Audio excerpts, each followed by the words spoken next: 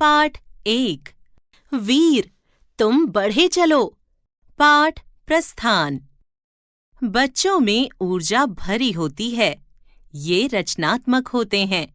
यदि इनकी रचनात्मकता को देश सेवा की ओर मोड़ दिया जाए तो देश और समाज का भला होगा। बच्चों के साहस और निडरता में निखार आ जाता है। उनका जीवन देश के प्रति समर्पित हो जाता है। वीर तुम बढ़े चलो। धीर तुम बढ़े चलो। हाथ में ध्वजा रहे, बाल दल सजा रहे। ध्वज कभी झुके नहीं, दल कभी रुके नहीं। वीर तुम बढ़े चलो। धीर तुम बढ़े चलो। सामने पहाड़ हो, सिंह की दहाड़ हो।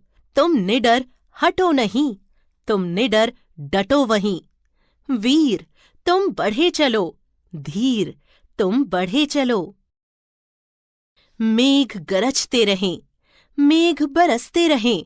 बिजलियां कड़क उठें, बिजलियां तड़क उठें।